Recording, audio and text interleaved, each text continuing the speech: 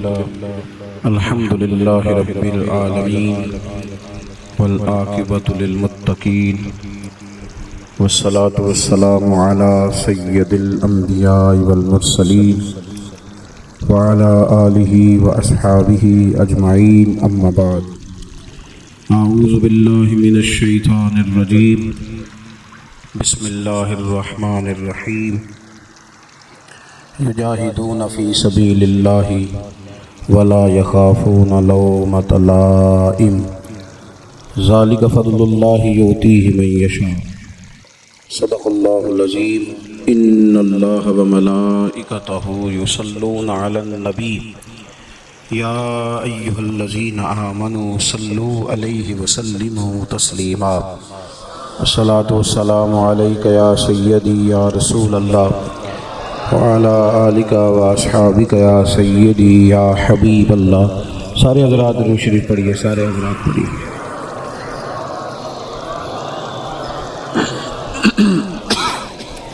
اللهم صل على سيدنا ومولانا محمد معدن الجود والکرم وآلہ وبارک وسلم.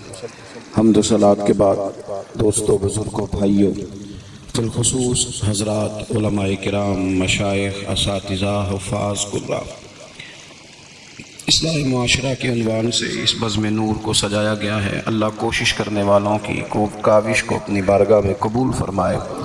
ہم سب کو جذبوں کا وضو، نیتوں اور ارادوں کا اخلاص عطا فرمائے.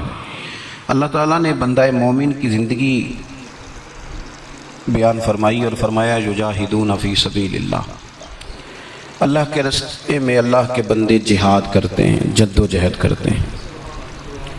ولا یخافون لومۃ لائم، اور اگر کوئی ان کی ملامت کرے، کوئی انہیں برا کہے تو وہ اس کی پرواہ کوئی نہیں کرتے. ذالک فضل اللہ، یہ ان پر اللہ کا فضل ہے. یؤتیہ من یشاء، اور رب جسے چاہتا ہے اپنا فضل عطا کر دیتا ہے. مسلمان اور مسلمان کا مقصد یہ مسلسل جد و جہد کا نام ہے، مسلسل کوشش میں رہنا. اپنی روحانی ترقی کے لیے بھی، معاشی ترقی کے لیے بھی، دینی عروج کے لیے بھی، اسلامی اقدار کے لیے مسلسل کوشش میں رہنا. مسلسل دوسروں کو لے کے چلنے کے لیے، دوسروں کو پیغام حق دینے کے لیے، کفر کو پیغام دین دینے کے لیے، غلبہ اسلام کے لیے مسلسل جد و جہد کرنا، یہ مسلمان کو اللہ تبارک و تعالیٰ اور اس کے پیارے حبیب علیہ السلام کی طرف سے مقصد دیا گیا ہے. کنتم خیر امت اخرجت للناس، تم بہترین امت ہو، لیکن یاد رکھنا تمہیں لوگوں کے نفع کے لیے پیدا کیا گیا. تأمرون بالمعروف وتنہون عن المنکر، تم نے لوگوں کو معروف کا حکم دینا ہے اور منکرات سے منع کرنا ہے. مقصود اگر زندگی میں کچھ ہو پھر زندگی صحیح گزرتی ہے. بے مقصد جب لوگ زندگی گزارتے ہیں تو آہستہ آہستہ پریشان رہنے لگ جاتے ہیں. مقاصد کیا تھے؟ مقصد یہ تھا کہ میں نے 2-4 کروڑ روپیہ زندگی میں جمع کرنا ہے، تو ہو گیا جمع، اب کیا کرے؟ اب پریشان رہنے لگ گیا. اب کہتا ہے پتہ نہیں سارا کچھ ہے، میرا دل ہی نہیں لگتا. مقصد اس کا یہ تھا کہ میں نے بہت اچھی بلڈنگ بنانی ہے، بہترین مکان بنانا ہے، تو بن گیا مکان. اب بھائی یہ چھوٹے مقاصد تھے. میں نے ملک سے باہر جانا ہے، جا کے سیٹ ہونا ہے، تو ہو گیا سیٹ. اب مقاصد جب تک بڑا نہیں ہوتا، مسلمان مقصد حیات کو جب تک پہنچتا نہیں اور جب تک وہ صحیح ڈائریکشن پر چڑھتا نہیں، اتنی دیر وہ پریشان ہے. وہ ٹامک ٹوئیاں ضرور مارتا ہے، وہ والی بیماریاں ڈھونڈ کے لے آتا ہے جو دراصل اس کی بیماریاں ہیں ہی نہیں. وہ ڈھونڈتا چونکہ ان چیزوں کو ہے، پھر علاج بھی انہی کا کرتا رہتا ہے. یاد رکھیں، زندگی با مقصد بنائیں. مقصد کیا ہو؟ نیری روٹی کمانا مقصد نہ ہو، روٹی کمائیں بھی اور لوگوں کو کھلائیں بھی. آپ اگر اس لیے مال بڑھائیں گے کہ میں مالدار ہو جاؤں تو یہ تو محمود نہیں، یہ پیارا نہیں آپ کا یہ نظریہ. لیکن اگر مال اس لیے کمائیں کہ یا اللہ پیسے دینا، پر مجھے طریقہ بھی حضرت عثمان غنی والا دینا، مجھے سلیقہ حضرت عبد الرحمن ابن عوف والا دینا. آپ اگر مقاصد کے تحت زندگی گزاریں گے تو بے چین نہیں رہیں گے. اگر آپ کا کوئی مقصد ہے، آپ اگر صحابہ کرام علیہم رضوان کی مقدس زندگیوں کو دیکھیں تو کوئی مقصد تھا، کچھ پیچھے چھا جس کے لیے وہ جد و جہد کر رہے تھے. حضرت مولا علی شیر خدا کرم اللہ تعالی وجہ الکریم. ایک بات کرتا ہوں, ایک مثال دیتا ہوں. حضرت علی شیر خدا کا شمار بظاہر ابھی بچوں میں ہوتا تھا جب کلمہ پڑھا, اور جب ساری برادری اکٹھی تھی اور حضور نے فرمایا میں اللہ کا رسول ہوں, کون کون میرے ساتھ دین کی مدد کرے گا, کون مشکل وقت میں حفاظت کرے گا, تو سب چپ رہے. حضرت علی اٹھ کے کھڑے ہو گئے, کہا یا رسول اللہ میں محافظ بھی بنوں گا اور دین کا مددگار بھی بنوں گا. اب ایک مقصد بنا لیا ہے کہ میں نے تلوار لینی ہے, میں نے دین کی حفاظت کرنی ہے, میں نے یہ کام کرنا ہے. ایک مقصد تو ہے نا یار, ایک پروگرام بنا لیا ہے. اب حضرت مولا علی شیر خدا ہر میدان میں پہلی صف میں نظر آئے. ایک موقع ایسا آیا جہاں میرے حبیب علیہ الصلوۃ والسلام نے فرمایا کہ علی تم مدینے میں میرے پیچھے رہو, بچے ہیں, عورتیں ہیں, نگہبانی ہے, اور میں اس لیے اسی طرح تمہیں چھوڑ کے جا رہا ہوں جس طرح حضرت موسیٰ علیہ السلام جناب ہارون کو چھوڑ کے گئے تھے, مگر یہ کہ میرے بعد نبی کوئی نہیں. ایک موقع پر صرف چھوڑ کے گئے, جہاد پہ ساتھ نہیں لے کے گئے, تو حضرت علی رونے لگے. اللہ کرے آپ کو سمجھ آئے میری بات کی. بچہ ہمارا بھی روتا ہے پر وہ کہتا ہے میں نے سیر کے لیے جانا ہے. مقصود کچھ اور بنا لیا ہے نا. پیسے ہمارے بچے بھی مانگتے ہیں پر وہ کہتے ہیں کہ ٹور جا رہا ہے میں نے ساتھ جانا ہے. ہمیں بھی رونا آتا ہے کئی دفعہ, لیکن وہ جو پارٹی ہم نے قابو کرنی تھی وہ کوئی اور کر کے لے گیا. یہ تو گاہک میرا تھا, یہ دائیں بائیں کیسے نکل گیا. رونا تک آ جاتا ہے, ان کا بھی رونا تھا. عرض کی یا رسول اللہ صلی اللہ علیہ وسلم آپ مجھے بچوں اور عورتوں پر چھوڑ کر جا رہے ہیں. تو حضور صلی اللہ تعالی علیہ وسلم نے فرمایا علی اسی طرح چھوڑ کے جا رہا ہوں جس طرح حضرت ہارون کو جناب موسیٰ کلیم چھوڑ کے گئے تھے. بھائی ایک مقصود تھا کہ میں نے میدان میں رہنا ہے, ایک ارادہ کیا تھا, ایک پروگرام بنایا تھا, پھر ساری زندگی وہ میدان میں رہے. ان کو جب خنجر لگانا کوفے کی جامع مسجد کے قریب, تو بندے کو تکلیف ہوتی ہے تو وہ ہائے کرتا ہے, بیٹے کو آواز دیتا ہے, نصیحتیں لکھواتا ہے. لیکن مولا علی کو خنجر لگا تو کیا کہتے ہیں, کہتے ہیں فزت برب الکعبہ. لو بھائی لوگو, رب کعبہ کی قسم آج میں کامیاب ہو گیا ہوں. ایک مقصود بنایا تھا نا, آج میں اس مقصود تک پہنچ گیا ہوں. یار کوئی مقصد تو ہو. لو سنو بات, بخاری میں موجود ہے. ایک خاتون تھی جو مسجد نبوی شریف میں جھاڑو دیتی تھی. مشکل کام ہے, چلیں آپ بتائیں مجھے, مسجد کے اندر جھاڑو دینا آسان ہے کہ مسجد کا صدر بننا آسان ہے؟ نہیں, صدر بننا ہی سوکھا دے. اس لیے کہ صدر بن کے کرنا کچھ نہیں نا, آرڈر ہی جاری کرنا ہے. اللہ ماشاء اللہ اچھے لوگوں کی بات نہیں کرتے. اس لیے اچھا زیادہ اجر والا کام تو یہ نا کہ اللہ کا گھر صاف کیا جائے. میں نے تو علماء سے کئی جگہ کہا ہے کہ اس عہدے کا نا آپ کوئی نام بدل دیں, اس سیٹ کا نگران کر دیں, سرپرست کر دیں. کیونکہ جب صدر آپ کہہ دیتے ہیں نا, تو صدر پاکستان کا سب سے بڑا آئینی عہدہ ہے, اور صدر اگر با اختیار ہو تو پہلا کام اسمبلیاں توڑنے کا کرتا ہے, تو پھر مشکل ہو جائے گی. ایک خاتون مسجد نبوی شریف میں جھاڑو دیتی تھی. کوئی مقصد تو ہے نا یار, یعنی جمعے والے دن میں نے جھاڑو دینا ہے, کوئی مقصد تو ہے. میں نے یار اللہ کے گھر, اللہ کا گھر سمجھ کے, کمیٹی کی مسجد سمجھ کے نہیں, محلے کی مسجد سمجھ کے نہیں, رب کا گھر سمجھ کے میں نے یار وہ واش روم صاف کرنے ہیں جن کے اندر لوگ گزرتے ہیں, اور نماز کے لیے اپنے آپ کو تیار کر کے لوگ وضو سے فارغ ہو کر کے آتے ہیں. ایک مقصود ہے, ایک ارادہ کر لیا ہے, کوئی پروگرام تو ہو. ایسے محمل فضول وقت گزرتا جائے. یعنی ہمارے ہاں نا کچھ لوگ کہتے ہیں میں بور بڑا ہوتا ہوں. آپ نے ناراض نہیں ہونا, میں سینکڑوں اور ہزاروں لوگوں کو جانتا ہوں جو ان سے پوچھنا کیا کر رہے ہیں تو کہتے ہیں ٹائم پاس کر رہا ہوں. میں کہتا ہوں آپ نے ٹائم کو بالکل فضول سمجھ لیا ہے. کیا سمجھتے ہیں آپ زندگی کے لمحات اتنے فارغ ہیں؟ اور نبی پاک صلی اللہ علیہ وسلم نے فرمایا 2 نعمتیں ایسی ہیں جن کے بارے میں بہت سارے لوگ دھوکے میں. 2 نعمتیں کہا حضور نے, نعمتان, 2 نعمتیں ایسی ہیں جس کے بارے میں لوگ دھوکے میں پڑ گئے. انہیں سمجھ نہیں آئی کہ ہمارے پاس نعمت, یا رسول اللہ کون سی؟ حضور نے فرمایا ایک صحت اور ایک فرصت. ایک صحت اور ایک فرصت. اللہ نے فارغ وقت دیا تھا کہ بہت سارے قرآن پاک پڑھ سکتا تھا, درود پاک پڑھ سکتا تھا, کوئی کام کر سکتا تھا, لیکن بس اس چوک میں گزر گیا, اس گلی میں وقت گزر گیا, فلانے کی باتیں کرتے وقت گزر گیا, میلوں ٹھیلوں میں گزر گیا, شگل میلوں میں گزر گیا, کوئی ٹھنڈے علاقے کے سیر میں گزر گیا, جو بچا تھا وہ موبائل پہ گزر گیا. بیت گئے اوقات ہمارے. کوئی مقصود ہے میرے عزیز. مسجد میں جھاڑو دیتی ہے خاتون, بیمار ہو گئی لیکن با مقصد زندگی گزار رہی تھی نا. اس نے کسی نہ کسی طریقے سے اپنے آپ کو مدینے والے محبوب کے دین سے جوڑ لیا تھا. جھاڑو دیتی تھی مسجد میں, بیمار ہو گئی. قربان جائیں رسول کائنات یعنی اللہ کی رحمت کاملہ، حضور خود چل کے تیمارداری کرنے تشریف لے گئے اور فرمایا اگر یہ انتقال کر گیا تو مجھے خبر ضرور کرنا۔ صحابہ فرماتے ہیں رات کا وقت تھا، ٹھنڈ کا موسم تھا، اور حکم بھی یہ تھا کہ جب کوئی انتقال کر جائے تو جلدی تدفین کر دو۔ ہم نے حضور کو تکلیف دینا مناسب نہ سمجھا، غسل کفن کا بندوبست ہوا، جنازہ پڑا، دفن کر دیا۔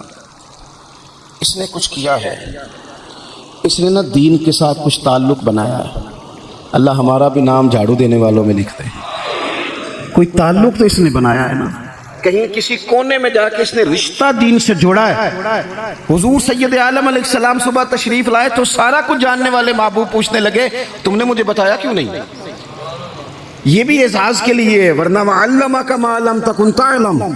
حضور سید عالم علیہ السلام نے فرمایا کیوں نہیں بتایا؟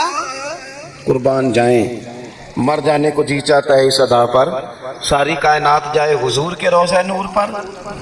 اور نبی پاک نے پوچھا بتایا کیوں نہیں؟ یا رسول اللہ رات تھی، تکلیف دینا مناسب نہیں سمجھا۔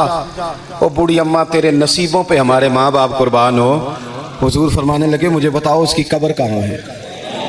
میں یعنی حضور کسی کی قبر پہ آ گئے، اللہ کی ساری رحمتیں آ گئی، کریم محبوب علیہ السلام قبر پہ گئے۔ ویسے تو دوسرا جنازہ جائز نہیں، ایک ہی شرط میں جائز ہے کہ اگر وارث نے نہیں پڑھا تو دوسرا جنازہ پڑھا جا سکتا ہے، لیکن حضور تو خود وارث ہے نا ساری امت کے، اور حضور اختیار رکھتے ہیں، شارع ہیں۔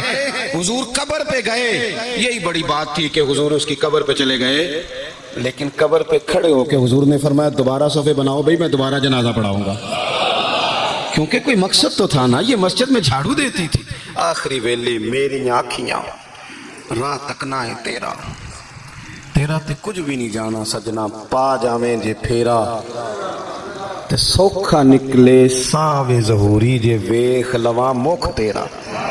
حضور تشریف لے آئے، خود تشریف لے آئے اور قبر مبارک پر کھڑے ہو کے دوبارہ جنازہ پڑھا۔ نوجوانوں بڑا وقت ضائع ہو گیا، بڑا۔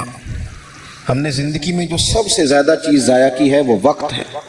یاد رکھنا، مجھے نہ بتانا، کسی دوست کو نہ بتانا، لیکن اپنے آپ سے ضرور سوال کرنا کہ زندگی میں ہمیں جتنی ناکامیاں ملی ہیں نا، اس کی اصل وجہ یہ ہے کہ ہم نے وقت ضائع کیا ہے، اور بڑا ضائع کیا ہے۔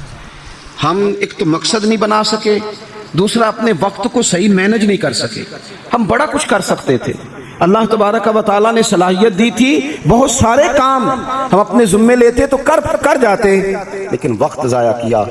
امام بہقی نے حدیث لکھی ہے، میرے رسول پاک صلی اللہ تعالیٰ علیہ وسلم نے ارشاد فرمایا جب صبح دن چڑھتا ہے نا تو دن اعلان کرتا ہے، وہ دن اعلان کرتا ہے، کہتا ہے میں آج آیا ہوں، آج کے بعد نہیں آؤں گا، آج کے بعد نہیں آؤں گا، کچھ کرنا ہے تو کر لو۔ آج جو دن آیا ہے نا، آج یہ قیامت تک دوبارہ واپس نہیں آئے گا، کچھ کر لو۔ جس نے آج تلاوت نہیں کی اس کا یہ دن بغیر تلاوت کے گزر گیا۔ میرے عزیز، جس نے آج درود پاک نہیں نہ پڑھا، حضور کو یاد نہیں کیا، اس کا یہ دن گزر گیا بغیر درود پاک۔ جس نے آج سجدوں کی کثرت نہیں کی، یہ دن بیت گیا، دن کہتا ہے دوبارہ نہیں آؤں گا۔ حضرت عمر بن عبدالعزیز رحمۃ اللہ علیہ سے کسی نے کہا حضور یہ کام رہنے دیں، کل کر لیں گے، تو آپ فرمانے لگے اگر یہ کام کل کروں گا تو جو کام کل کرنے وہ کب کروں گا؟ یہ کل پہ ڈال دوں گا تو جو کام کل کرنے وہ پھر کب کروں گا؟ وہ کل والا دن بھی پھر اسی طرح گزر جائے گا۔ 39 سال عمر پائی حضرت عمر بن عبدالعزیز نے۔ کتنی؟ ہلکا سا بولیے گا، 1 کم 40، 1 کم 39 سال عمر۔ پچھلے بادشاہ ظالم تھے، یہ ان کے ظلم بھی ہو گئے، عوام کے ساتھ بڑی جگہ پہ وہ خیر نہیں کر پاتے تھے، جناب عمر وہ خیر بھی کر گئے۔ حضرت عمر بن عبدالعزیز رحمۃ اللہ علیہ سارا حکومت کا نقشہ بھی بدل گئے، یہ 20 قرآن بھی پڑھ گئے اور کروڑوں دفعہ مدینے والے پہ درود و سلام بھی بھیج کے چلے گئے۔ عمر 39 سال پائی، عمر 39 سال پائی، بیت گیا ہمارا وقت۔ پیچھے پلٹ کے دیکھتے ہیں تو بڑا کچھ ضائع کر رہا ہے، مزید نہ کرنا، مزید نہ کرنا۔ اپنے اگر ہم چاہتے ہیں معاشرہ اصلاح پذیر ہو تو ایک تو بامقصد، دوسرا وقت بالکل کسی موقع پہ ضائع نہیں کرے، کسی موقع۔ امام شافعی رحمۃ اللہ علیہ فرمایا کرتے تھے میں نے صوفیاء سے ایک بات سیکھی ہے جس نے مجھے بڑا نفع دیا ہے۔ حضور وہ کیا ہے؟ آپ فرماتے ہیں صوفیاء فرمایا کرتے ہیں کہ وقت ایک تلوار ہے، اسے اپنے ہاتھ میں کر لو تو بڑی مشکلات کاٹ ڈالو گے، اور اگر تم نے اس کو اپنے ہاتھ میں نہ کیا تو پھر وقت تو تلوار ہی ہے، یہ تمہیں کاٹ ڈالے گا، پھر تم کٹ جاؤ۔ جوان بالخصوص یہ ٹائم پاس یہ نکال دیں۔ مزاج بن گیا ہے ہمارا شغل میلے کا، گپیں گھنٹوں بھی ہوں تو وقت کا پتہ نہیں چلتا شغل میلے کا۔ میں آپ کو پتہ ہے ہم غلام ہیں اولیاء کے، ہم صوفیاء کے نظریات کو قرآن و سنت کی ترجمانی سمجھتے ہیں، لیکن یہ کہ آپ نے نہیں دیکھا ہوگا کہ 20 لوگ اکٹھے ہو کے کسی جگہ ایک گلی سے نکلے ہوں، کوئی پوچھے کدھر جا رہے ہو تو کہیں ہم جمعہ پڑھنے جا رہے ہیں مسجد میں، 20 ہو کے نہیں نکلتے۔ لیکن اگر ٹھنڈے علاقے میں سیر کرنے جانا ہو تو 20 کی بس بھر جاتی ہے کہ نہیں؟ اگر کہیں فلانی جگہ میلہ لگا ہوا ہے تو پھر 2-3 گلیوں سے بسیں بھر جاتی ہیں کہ نہیں؟ میں اکثر کہتا ہوں کہ آپ نے شغل میلہ بنا لیا ہے مزارات کو، شغل میلہ سارے رستے میں نماز نہیں پڑھی، کیا مزاج، وقت کو ضائع کر رہے ہیں اور بڑا زیادہ کر رہے ہیں، اور یہ پلٹ کر ہاتھ نہیں آئے گا۔ جن لوگوں نے کام کیا، ہمارا ہزارہ اختلاف ہے یورپ کے ساتھ، پر یہ بات تو مان جاؤ نا، انہوں نے اپنا وقت مینج کر لیا ہے، مینج کر لیا۔ ہم ابھی تک ہیں، بہت ساری چیزیں ہیں ناروں میں زندہ ہیں، انہوں نے مینج تو کیا ہے۔ تیسری بات میرے عزیز اصلاح معاشرہ کے لیے جو بڑی اہم اور بڑی ضروری ہے وہ یہ ہے کہ ترجیحات کا تعین کرے زندگی میں۔ میری دراصل ترجیح کیا ہے، اصل مقصود کیا ہے؟ یہ ہمارے مذہبی اجتماعات ہوتے ہیں، مجھ سے لوگ وقت لینے کے لیے آتے ہیں، بڑے اچھے لوگ ہوتے ہیں، خیر کے لیے آئے ہیں، ورنہ ہمیں کون پوچھتا ہے؟ تو میں کئی دفعہ پوچھتا ہوں دوستوں سے کہ جو آپ محفل کرا رہے ہیں تو کوئی پس منظر بھی تو بیان کریں نا، مقصود کیا ہے؟ چلے اتنا ہی کہہ دیں کہ ثواب کی نیت سے کرا رہے ہیں، اللہ میں اجر دے گا، لیکن یہ کہ مقصود ہی نہیں پتا۔ جوانوں کی بڑی بڑی جماعتیں بنی ہوئی ہیں، مقصود کا ہی نہیں پتا دراصل جانا کس طرف۔ اپنی زندگی میں ترجیحات، اور جب ترجیحات طے کریں تو ضروریات کو آگے رکھیں، فرائض کو ہمیشہ آگے رکھیں۔ جو فرائض ہیں، جو واجبات ہیں، ان کو ہمیشہ پہلا درجہ دیں۔ بہرحال محفل کرانا مستحب ہے، اور نماز پڑھنا، آہستہ کیوں بولتے ہیں آپ؟ نماز پڑھنا، ختم شریف دلانا بہرحال مستحب ہے، لیکن صحیح قرآن پاک پڑھنا سیکھنا ضروری ہے۔ جو زیادہ ضروری ہے وہ کیوں نہیں کر رہے؟ ترجیحات اگر آپ لے آئیں گے نا، میں بہت سارے لوگوں کو جانتا ہوں توجہ سے ختم دلاتے ہیں، ہمیں بھی کہتے ہیں مولانا اس دفعہ ابا جی کے ختم پہ آپ کی باری ہے، پچھلے سال فلانے کو بلایا تھا، اس سے پچھلے سال فلانے کو۔ بھئی آپ نماز پڑھتے ہیں؟ کہتے ہیں آپ دعا کریں، آپ دعا کریں میں شروع کر دوں۔ تو میں کہتا ہوں اگر نماز کی دعا کرانی ہے گھر بیٹھے بیٹھے مجھ سے، تو ختم کی دعا نہیں گھر بیٹھے بیٹھے ہو جاتی، وہ بھی کر دیتا ہوں، یہیں سے اللہ تعالیٰ ان کی مغفرت فرمائے۔ ترجیحات ہمیشہ آپ کی جو ضروری کام ہے یاد رکھ لیں۔ آپ کے مدرسہ بڑا ضروری ہے۔ میں کسی کی تعریف بڑا کم کرتا ہوں، اس لیے کہ تعریف خوشامد بن جاتی ہے تو بندہ مشکل میں آ جاتا ہے، لیکن ابھی میں آیا ہوں نا تو یہاں بچے ساتھ قرآن پاک پڑھ رہے تھے، میرے عاشیہ خیال میں یہ بات بھی آ سکتی تھی کہ قاری صاحب نے، حضرت صاحب نے چھٹی کیوں نہیں کرائی، مسجد میں محفل ہے، لیکن آپ یقین کریں کہ میرا دل اتنا ٹھنڈا ہے، میں نے کہا یہ بالکل صحیح کر رہے ہیں، ان کو پڑھنا ہی چاہیے۔ یہ جو کام ان کے لیے زیادہ ضروری ہے، ان کے گھر والوں نے جگر کے ٹکڑے دیے پڑھانے کے لیے، تو جو جس کام کے لیے بھیجے ہیں وہ کام ضروری ہے، وہی نہیں کرنا چاہیے۔ ترجیحات تو طے کرے میرے بھائی، دراصل ترجیح کیا ہے؟ حضرت طلحہ رضی اللہ تعالیٰ عنہ فرماتے ہیں ایک بدو حضور کی بارگاہ میں آیا، سادہ بندہ، بال بکھرے ہوئے، حالت بڑی پراگندہ، مشکات میں حدیث ہے۔ اس نے آن کر کے عرض کی یا رسول اللہ صلی اللہ تعالیٰ علیہ وسلم، حضور مجھے بتائیے اسلام کیا ہے، اسلامی احکامات بتائیں۔ تو حضور نے کلمہ شہادت کے بعد فرمایا کہ وقت پر نماز پڑھنا، دن اور رات میں 5 نمازیں تیرے اوپر ضروری ہیں۔ اس نے عرض کی حضور کچھ نفل بھی پڑھوں؟ تو فرمایا اگر تو اپنی طرف سے پڑھے تو بڑا ہی اچھا ہے۔ اس نے کہا اس کے بعد فرمایا سال میں 1 مہینے کے روزے رکھنا۔ عرض کی حضور کچھ نفلی بھی رکھوں؟ فرمایا رکھے تو بڑا بہتر ہے۔ پھر فرمایا حج فرض ہو جائے تو پہلی فرصت میں کرنا۔ حضور کچھ ساتھ نفلی بھی کروں؟ فرمایا کرے تو اچھا ہے۔ پھر فرمایا زکوٰۃ دے، زکوٰۃ۔ اس نے عرض کی یا رسول اللہ صلی اللہ تعالیٰ علیہ وسلم کچھ نفلی صدقات بھی کروں؟ فرمایا کرے تو بڑا اچھا ہے۔ اس نے یہ باتیں سن کے نہ صرف فرائض کی تعلیم دی، فرائض کی۔ آج جو خطیب مجھے اور آپ کو نقطے سنائے ہم توجہ سے سنتے ہیں، اور اگر فجر میں امام صاحب وضو کے مسئلے بتائیں تو کہتے ہیں ایڈا عالم ہی نہیں، عالم تھے اسی جن نے کل بڑی اونچی تقریر کی تھی۔ اگر وہ آپ کو غسل کا طریقہ بتائے تو لوگ کہتے ہیں یہ تو علم کی شاید بات ہی نہیں۔ وہ نقطہ بیان کرنے والا، وہ جس کی آواز زیادہ بلند ہو رہی تھی۔ آواز بلند ہونا زیادہ ضروری نہیں ہوتا، دلائل بلند ہونا ضروری ہوتا ہے۔ آپ کی دلیل کتنی مضبوط ہے یہ زیادہ اہم ہے. تو اللہ کے محبوب علیہ السلام نے فرمایا فرض نماز پڑھ، زکوٰۃ دے، رمضان کے روزے رکھ، حج کر. حضور سید عالم صلی اللہ تعالیٰ علیہ وسلم نے یہ ترجیحات بتائیں. وہ شخص پتہ ہے حضور سے کیا کہتا ہے کہ یا رسول اللہ جو میں نے آپ سے سنا ہے نہ کمی کروں گا نہ اضافہ کروں گا. گویا وہ مان گیا کہ میں ترجیح دوں گا فرائض کو.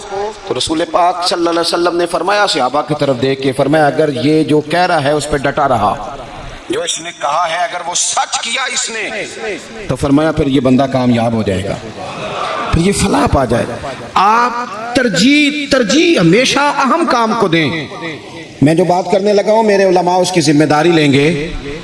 آپ سے یہ نہیں پوچھا جائے گا کہ آپ نے مزار پہ چادریں کتنی ڈالی ہیں، یہ ضرور پوچھا جائے گا کہ ماں باپ کی خدمت کی کہ نہیں کی. تو جو ترجیح ہے مزار پہ چادر ضرور ڈالیں، منع نہیں، پر یہ کہ وہاں وقت پہ جانا، وہاں ڈیوٹی ٹھیک کرنا اور اماں ابا گھر میں پریشان ہو. رسول کائنات صلی اللہ علیہ وسلم کی خدمت میں ایک صحابی حاضر ہوئے. عرض کی یا رسول اللہ صلی اللہ تعالیٰ علیہ وسلم میں ایک مسئلہ دریافت کرنے آیا. میرے دوستو پتہ ہمیں کیا ہوا ہے، ہم نے نا باہر وقت بہت زیادہ دیا ہے، اور جو ہمارے گھر کے اندر ہماری ذمہ داریاں تھی نا، ہمارے بچے، ہماری بیوی، ہمارے بال بھائی، وہ ذمہ داریوں سے نا ہم نے جان چھڑائی ہے. الا ماشاءاللہ کچھ لوگوں نے بچے کو چارج کیا، بچہ تنگ کر رہا ہے، لگا دو گیم موبائل پہ، چلو ہماری جان چھوٹی، وہ جانے اس کا کام جانے. آپ اگر 10-15 منٹ بچے کو دیتے وہ آپ سے کھیلتا، وہ مانوس ہوتا. آپ کہتے ہیں میں بڑا مصروف ہوں، اور بھائی تو اتنا مصروف تو نہیں جتنے مدینے والے محبوب مصروف ہیں. لیکن رسول پاک کے تو کندھوں پہ امام حسن چڑھ کے سواری کیا کرتے تھے، حضور کی تو گود میں امام حسین کھیلا کرتے تھے. حضرت ابو ہریرہ کہتے ہیں میں نے دیکھا ہے کہ حضور نے ان کے بازو تھامے، انہوں نے پیر پہلے حضور کے مقدس قدموں پہ رکھے، پھر انہوں نے اپنے قدم مبارک حضور کی مبارک پنڈلیوں پہ رکھے، پھر ٹخنوں پہ رکھے، پھر پیٹ پہ رکھے، پھر حضور کی زبان چوسنی شروع کر دی. تو کیوں وقت نہیں دے رہا اپنے بچوں کو؟ کیوں نہیں ہم وقت دے پاتے اپنے نواسوں کو، نواسیوں کو، پوتوں اور پوتیوں کو؟ وہ جو ہمارے لیے ضروری تھا وہ ہم سے مانوس ہونے کی بجائے کسی بد عقیدہ سے جا کے مانوس ہو جاتے ہیں. پتہ تب چلتا ہے جب سارا عقیدہ بگڑ جاتا ہے. اپنے گھر کے اندر جو ذمہ داریاں ان کو ترجیح دیں. حضور سید عالم علیہ السلام نے فرمایا خیرکم لأہلہ وانا خیرکم لأہلہ. فرمایا تم میں بہتر وہ ہے جو اپنے گھر والوں کے لیے بہتر ہے، وانا خیرکم لأہلہ. اور جا کے پوچھ لو میں تم سب سے بڑھ کے اپنے گھر والوں کے ساتھ خیر کرنے والا. ترجیح دیں. ایک صحابی آئے، عرض کرتے ہیں یا رسول اللہ صلی اللہ علیہ وسلم میری بیوی پہ حج فرض ہے، وہ حج کرنے جا رہی ہے، یہ سیاستہ میں حدیث موجود ہے، اور میرا نام ایک غزوے میں لکھ دیا گیا ہے، میں جہاد کے لیے جا رہا ہوں، نام میں نے لکھوا لیا ہے، حکم میرے لیے کیا ہے؟ میری باتوں کی سمجھ آ رہی ہے آپ حضرات؟ میری بیوی حج کے لیے جا رہی ہے، وہ صاحب استطاعت ہوگی، ظاہر ہے اس کے پاس مال ہوگا، وہ جا رہی ہے، اس کو جانا ہے، وہ تیار ہے، اور میرا نام غزوے میں لکھا ہے، تو حکم کیا ہے؟ دیر نہیں لگائی رسول پاک نے، حضور فرمانے لگے تو اپنا نام غزوے والی لسٹ سے کٹا، جہاد پہ نہ جا بلکہ تم محرم بن کر اپنی بیوی کے ساتھ حج کرنے جا. وہ تیری ذمہ داری ہے، وہ تیرے علاوہ کون محرم بنے گا اس کا؟ تو جو تیری ڈیوٹی کا کام ہے اسے تو کرنا، ترجیحی بنیادوں پر کام کو کرے. 4 باتیں ہو گئیں، ایک بات آخر میں 5ویں. ہم نا بہت ساری چیزوں کی اصلاح کرتے ہیں، لفظ بھی کئی دفعہ تراش لیتے ہیں، جملے بھی بڑے اچھے ترتیب دے لیتے ہیں، لیکن آہستہ آہستہ نا ہمارے لہجے سخت ہو گئے. ساری توجہ لفظوں پہ نہ دیں، کچھ لہجوں پر بھی دیں. لہجہ جو ہوتا ہے نا انسان کا لہجہ، یعنی بیٹے کو آواز دی، ابا جی نے کہا بیٹا، اس نے کہا جی ابا جی کیا مسئلہ حکم کریں، ابھی تو میں گیا تھا. اس میں جملہ گستاخی والا کوئی بھی نہیں، پر لہجہ گستاخی والا ہے. ابا جی کیا حکم ہے، کوئی گستاخی ہے اس لفظ میں؟ ابھی تو میں یہاں سے گیا ہوں، کوئی گستاخی ہے؟ لیکن اس کا جو لہجہ ہے نا، چلیں میں آسان کرتا ہوں، آپ کی سمجھ میں بات آئے گی. قرآن پاک میں حضرت لقمان اپنے صاحبزادے سے باتیں کرتے ہیں، اور وہ سورہ لقمان کی بالکل ابتدا میں وہ آیات موجود ہیں. تو حضرت لقمان نے نا اپنے بیٹے کو جو نصیحتیں کی، ایک نصیحت یہ بھی کی تھی، کہا وَلَا تُصَغِّرْ خِدَّكَ لِلنَّاسِ، بیٹا لوگوں سے رخسار ٹیڑھا کر کے بات نہ کرنا، منہ ٹیڑھا کر کے ترش روئی کے ساتھ بات نہ کرنا. ترش روئی وہ بوڑھا سسر بوڑھی ساس بہو سے کہتے ہیں پتر روٹی لانا، تو روٹی لائی ہے تو اس نے زور سے برتن پٹکا ہے زمین پہ، پانی ڈالا ہے تو زور سے رکھا ہے، دروازہ تلخی سے بند کیا ہے۔ بوڑھے تھے بیچارے، بیمار تھے، پریشان ہو گئے۔ شام کو بیٹا آیا تو رو پڑے، کہا پتر تیری بیوی بڑا پریشان کرتی ہے۔ تو اس نے کہا اپنی بیوی سے ادھر آنا، تو بیوی جواب میں پتہ کیا کہتی ہے، توجہ ہے میری بات پر، وہ کہتی ہے ابا جی نے پوچھو میں آکھیا کی ہے، آکھیا واقعی کچھ نہیں سن۔ اگر وہ لفظ بتانا چاہے تو لفظ واقعی کوئی اس نے کہا ہی نہیں تو بتائے کہاں سے، اس نے واقعی کچھ نہیں کہا۔ ابا جی سے پوچھے میں نے کہا کیا، اماں جی سے پوچھے میں نے تو کیا بتایا ابا جی، گلاس بولے گا کہ اس نے تلخی سے مجھے پھینکا تھا، کہ دروازہ بولے گا۔ اب وہ جو تلخی ہے نا وہ رویے کی ہے۔ ہمارا نا صرف مسئلہ، میں نے قرآن مجید پڑھا ہے کہ جناب لقمان نے اپنے بیٹے سے کہا پتر رخسار ٹیڑھا کر کے لوگوں سے بات، تھوڑا سا رویہ تو ٹھیک ہو نا۔ ہمارے رویے نا کسی جگہ تھوڑی دیر کے لیے ٹریفک بند ہو تو لوگوں کا رویہ دیکھنا، تھوڑی دیر کے لیے کسی جگہ اگر ٹھہرنا پڑ جائے تو مزاج دیکھیں لوگوں کا۔ ہمارا آپ کسی سے نا کسی کے بارے میں سوال کریں، پوچھیں سیاستدان کیسے ہوتے ہیں، پھر ہمارا رویہ دیکھیں۔ آپ پوچھیں پولیس والے کس طرح کے ہوتے ہیں، پھر دیکھیں رویہ۔ آپ پوچھیں تیرا کیا خیال ہے اپنے سسرال والوں کے بارے میں، پھر رویہ دیکھیں۔ چلیں آپ اچھے لوگ ہیں اور مسجد میں بھی بیٹھے ہیں اور باوضو بھی ہیں، غلط بات تو کرنی نہیں۔ اگر پوچھا جائے کہ مولویوں کے بارے میں کیا خیال ہے، اگرچہ سننے بھی آئے ہیں، اگرچہ یہ کہ ان کے پیچھے نماز بھی پڑھتے ہیں، لیکن رویوں میں وہ رنگ نہیں ہے۔ آواز دیتے ہیں تو اس انداز میں بعض لوگ اپنے ڈیروں پر بیٹھ کے چودھری تبصرہ کرتے ہیں تو وہ تبصرے کا لہجہ ٹھیک، میرے لہجے میں غرور آیا تھا، تیرا حق تھا تو شکایت کرتا۔ اور میرے بھائی لہجے پر بھی تھوڑی توجہ دو، انداز۔ کچھ لوگ کہتے ہیں کہ میں کڑوا اس لیے ہوں کہ سچا ہوں، سچے بندے کڑوے ہوتے ہیں۔ میں نے کہا یہ مثال ہی غلط ہے سرے سے۔ کائنات میں سب سے زیادہ سچ مدینے والے محبوب نے بولا ہے، سب سے زیادہ سچ حضور نے بولا ہے، پر وہ سچ اتنا میٹھا تھا کہ لوگوں نے دوڑ دوڑ کے اسے حاصل کیا ہے۔ سچ ہی تو میٹھا ہوتا ہے، کس نے کہہ دیا سچ کڑوا ہوتا ہے؟ یہ ہم کڑوا بنا دیتے ہیں۔ ترش روئی تھوڑا سا نا لہجے پر بھی دیکھیں نا، ایک بیٹا ہے، لہجے کی بات ہے نا۔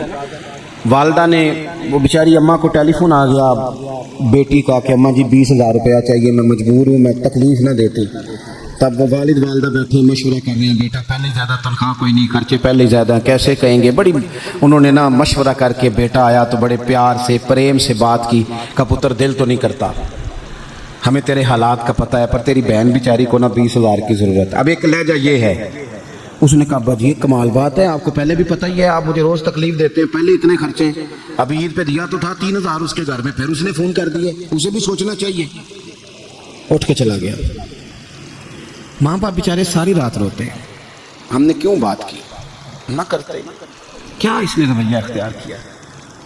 ایک رویہ یہ ہے، ایک رویہ یہ ہے کہ ابا جی اور اماں جی نے بڑے چن کے جملے کا، بیٹا ہمیں تیرے وسائل کا بھی پتہ ہے، مسائل کا بھی پتہ ہے، دل نہیں کرتا پر تیری بہن کس سے بات کرے، غریب ہے، اس نے کہہ دیا ہے، مجبوری ہے، اسے کو 10-20,000 چاہیے، تو بیٹا اٹھ کے قریب آ گیا، اس نے اماں کا ہاتھ پکڑ کے سینے پہ رکھا، باپ کا ہاتھ چوما، اس نے کہا ابا جی آپ جھجک کے بات کیوں کرتے ہیں، 20,000 کی کیا بات ہوئی، میری جان بھی حاضر ہے، غریبی اور بات ہے، مجبوری اور بات ہے، پر آپ حکم کیا کریں، میں غلام ہوں آپ کا، آپ جھجک کے میرے ساتھ بھی جھجکیں گے، آپ کھل کے بات کریں، آپ کو فون کر دینا چاہیے، میں ادھار پکڑوں کچھ کروں، آپ جو کریں گے۔ روئے گا اس کا ابا بھی ساری رات ہی، روئے گی اس کی اماں بھی ساری رات ہی، پر دعائیں مانگتی روئے گی، ابا دعائیں مانگتا روئے گا کہ یا اللہ اس طرح کی اولاد سب کو عطا فرما، روئے گا۔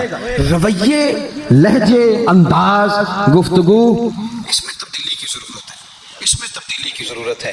حضرت جابر ابن عبداللہ رضی اللہ تعالیٰ عنہ روایت کرتے ہیں، ایک صحابی فرماتے ہیں حضور پہلے دن مدینہ تشریف لائے ہجرت کر کے، میں زیارت کے لیے گیا تو میں نے مسکراتے دیکھا، بڑے بڑے وقت آئے نا، ان میں بدر بھی آیا، احد بھی آیا، احد میں شہادتیں بھی ہوئی، ان مواقع میں بڑا کچھ آیا، لیکن میں نے حضور کو 10 سال زیارت کرتا رہا، جب بھی ملا ہوں مسکراتے ملا ہوں، اور میں حضور کے وصال ظاہری سے کچھ دن پہلے بھی زیارت کرنے گیا تو مدینے والے کو مسکراتے دیکھا ہے۔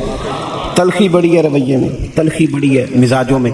تو پھر اپنی بات ساری دہراتا ہوں، سب سے پہلے تو زندگی با مقصد کریں، بے مقصد نہ بنائیں، ورنہ آپ بلا وجہ کے پریشان رہیں گے۔ دوسری بات یہ کہ اس با مقصد زندگی میں پھر وقت ایک لمحہ بھی ضائع نہ کریں، اپنے سارے معاملات کو ترتیب دیں، اٹھنا کتنے بجے ہے، کھانا کتنے بجے، اور بڑی ذمہ داری سے کہہ رہا ہوں 2 دن آپ کو فجر کے دن مشکل سے اٹھنا ہے، کسی کے اٹھیں گے 2 یا 3 دن، یا الارم آپ کو اٹھائے گا، تیسرے دن انشاءاللہ تعالیٰ آپ کا دماغ خود بخود جاگ جائے گا۔ اللہ نے مزاج اس طرح کا بنایا ہے انسان کا، تو وقت نہیں ضائع کرنا۔ تیسری بات یہ کہ ترجیحات کا تعین کرنا ہے، ترجیحات کا۔ جو فرائض ہیں وہ بہرحال پہلے ہیں، جو واجبات ہیں وہ بہرحال پہلے ہیں، جو حقوق العباد ہیں وہ بہرحال۔ حضرت عبداللہ ابن عباس رضی اللہ تعالیٰ عنہ مسجد میں اعتکاف بیٹھے ہوئے تھے، تو ایک بندہ آ کے مسجد میں بڑا پریشان ہو کے بیٹھ گیا، تو فرمایا او بھائی کیا ہوا؟ کہنے لگا حضور بڑا پریشان ہوں، ایک بندے کا قرض دینا ہے اور مجبور ہوں، دے نہیں پا رہا۔ آپ فرمانے لگے میں تیرے لیے کوئی بات کروں تو تیرا کام بنتا ہے؟ اس نے کہا حضور اگر کر دیں تو بڑی بات ہے۔ اعتکاف بیٹھے تھے، جوتے پہنے مسجد سے باہر نکل آئے، وہ بندہ کہنے لگا حضور رکے شاید آپ کو یاد نہیں رہا آپ اعتکاف میں ہیں۔ حضرت عبداللہ ابن عباس رو پڑے اور حضور کی قبر نور کی جانب اشارہ کر کے کہنے لگے زیادہ عرصہ نہیں گزرا، میں نے مدینے والے حبیب سے سنا ہے کہ جو کسی بھائی کی ایک مشکل حل کر دے اللہ 10 اعتکاف سے زیادہ ثواب عطا فرمائے۔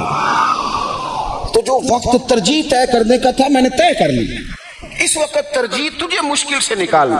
حقوق العباد اگر ترجیح ہے تو اسے طے کریں، فرائض ترجیح ہے تو اسے طے کریں، اور اپنے رویوں کو اچھا رکھیں۔ صبر بڑا حسن ہے، صبر میں بڑا کچھ پنہا ہو جائے گا، بے صبر آدمی چند قدم بھی نہیں چل سکے گا، تھک جائے گا۔